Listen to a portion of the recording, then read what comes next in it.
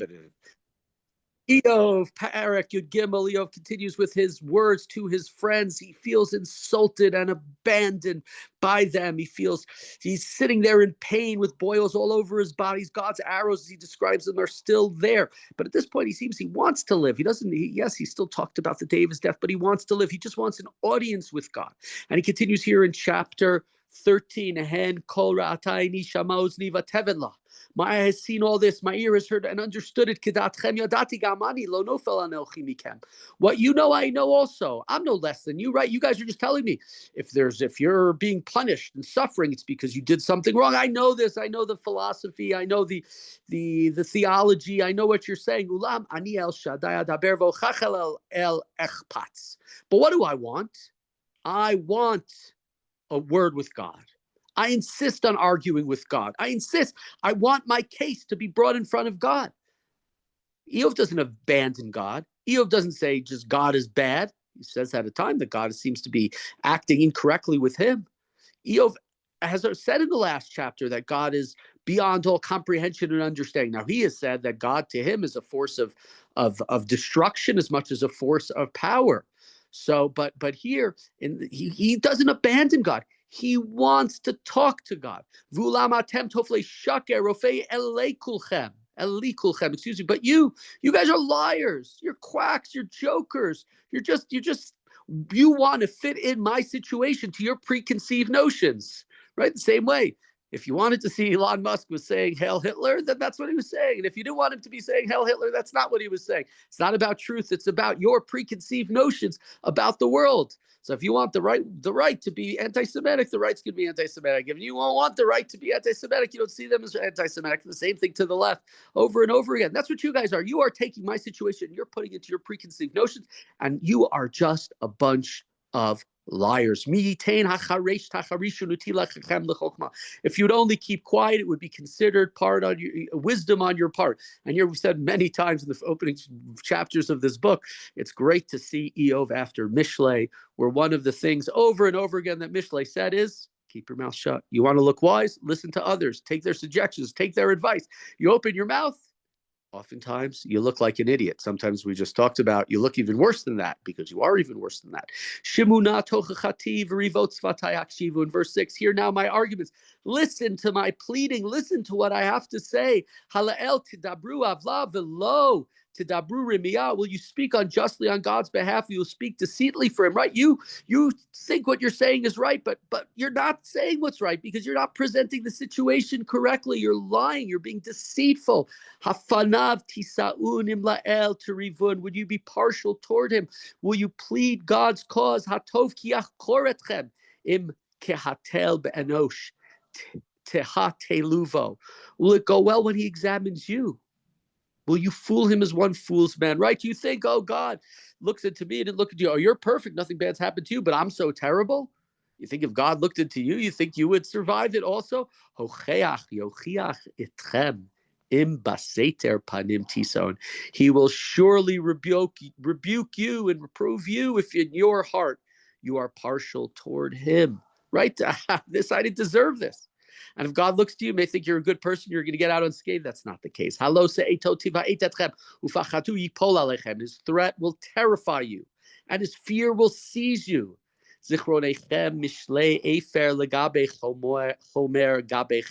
Your briefs are empty platitudes. Your responses are unsubstantial, right? The answers that you're giving me, I'm in pain, I'm suffering. Look at the horrors that I've gone through. And all you're saying to me is, be better and everything will be fine. What you're saying is empty. There's no substance to it. It's lies. It's not the truth. And you're not bringing me comfort. You're not bringing me friendship. Keep quiet. And now let me talk. Let me say. Let me tell you the truth of my situation. Alma esa visari vishinai vinafshi asim bechapi. How long do I have to take my flesh in my teeth? I will take my life in my hands. How long do I have to be silent? How long do I have to suffer? Hey niktaleni lo ayachel ach derachai el panav ochiach. He may well slay me. I may have no hope, yet I will argue my case before him. And here, this verse comes up in different places in the Gemara. It's an interesting verse Gemara uses in different places. But this is Iyov showing his faith in God. And there's a statement to the Gemara where the Gemara talks about, and I forget exactly which rabbis it is, that there are rabbis who said Iyov only loved God out of fear. So once things went bad, then Iyov didn't love God anymore. And others say, no, look at this verse. Iyov loves God. Iyov loves God. It's not out of fear. He respects God out of love. He doesn't abandon God. He says to God, I want to discuss this with you. I disagree with you. You've slain me. I may have no hope for the future, but I'm going to still argue my case before you. I believe in you. I think you're wrong in this case, but I'm not breaking the relationship. I'm not saying that I don't have faith in you. Let me explain what you've done wrong. And in different places, it said there are other rabbis later, Rabbi Yochanan and others, who say that they are like Iyov. They talk about this verse, that they also suffered in the aftermath of the Churban Beit HaMikdash a couple hundred years later in the Roman persecution. And they say, we are like Iyov. We've also suffered, and we just want to have a case with you, God. We want to discuss this with you, all of the things that have happened. Continuing in verse 16, Gam hu li lishua kilo lifanav chanef yavo. In this too, it is my salvation, that no impious man can come into his presence. Shemu shamoa milati va'achavati ba'oznechem. Listen closely to my words. Give ear to what I have to say. Now I have my case ready. Here's my brief. Here's all of the witness testimony that I have. And I know, God, if you give me an audience, if you let me stand in front of you, if you let me speak to you, I know at stock. I know that I will win the case. Mihu yariv, we're in verse 19. Who is there who would challenge me? Right? If there's anybody who would challenge me, then I'll be silent. I'll expire. I'll stop with my case. I'll be choresh. I'll be quiet. Because, right, I told my friends with their idiot talk and their foolish things that they said and their lies that they should be quiet. So if you're able to prove me wrong, I shut my mouth. I'll be quiet. But two things don't do to me, so that I don't need to hide from you.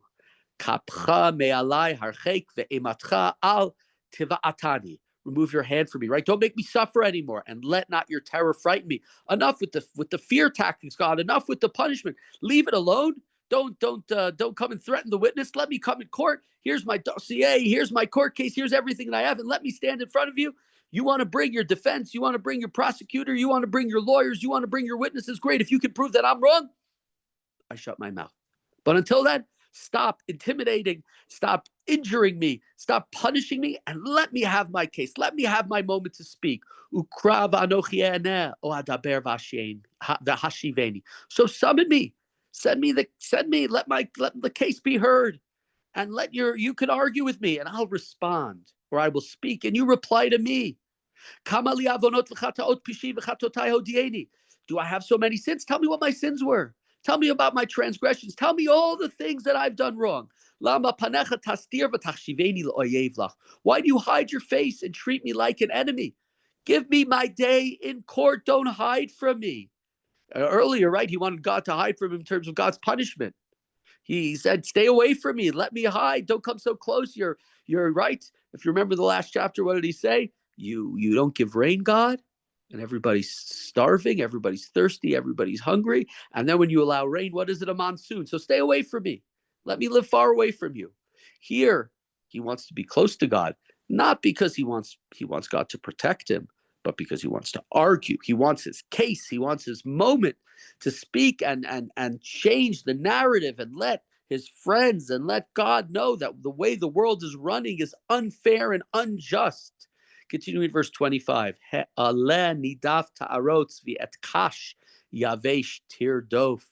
Will you harass a driven leaf? Will you pursue dried up straw? That's all I am. That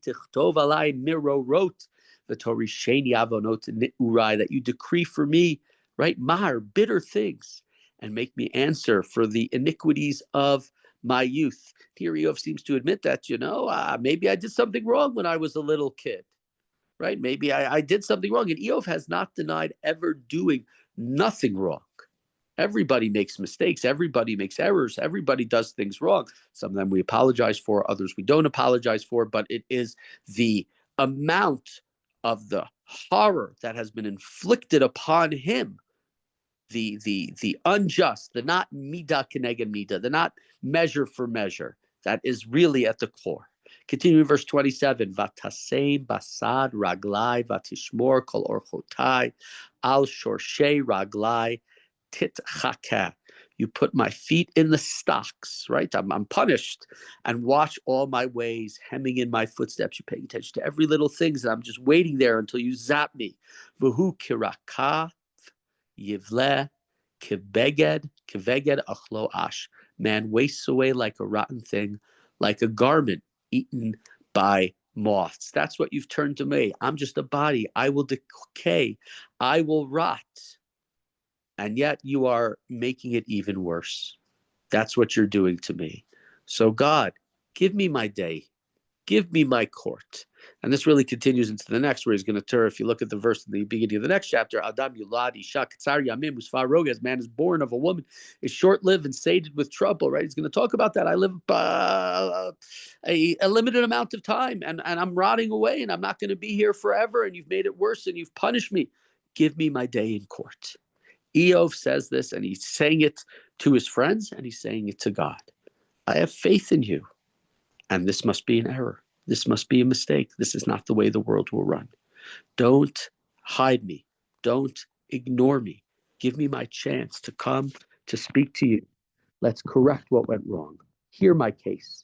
And you, perhaps God can admit that you made a mistake, that you were wrong, and things that the way the world needs to be run in a different way, in a way that really reflects reward and punishment, a way that reflects justice, a way that reflects people getting what they deserve, and not the way it appears from my life and all the horrors that have happened to me. That is what Iyov says in this chapter.